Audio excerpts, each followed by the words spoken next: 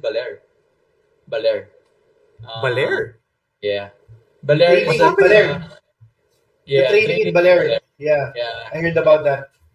So, training in Baler is a beach, pero it's parang ayaw namin pumunta din. So, nakatutok na Wow. sa amin. Wait. I'm not letting you go. What happened? So, it's a deadly training for 1 week. So, Coach Tab is not your friend during that time.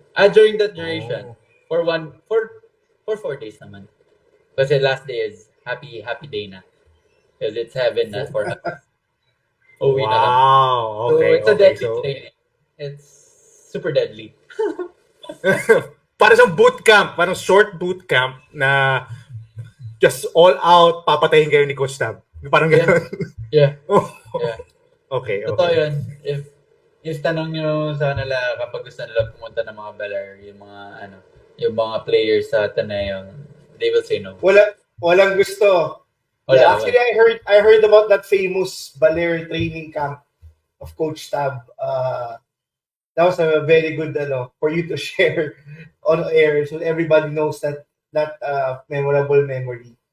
Maraming mga scouts mag-aabang sa Baler. Anong ginagawa ng Ateneo sa Baler? Parang pipigyan kayo nun eh. It's like ginaganon kayo. As in, it brings, sa inyo, like, it brings something out of you na may ganito ka palang attitude. Parang yun.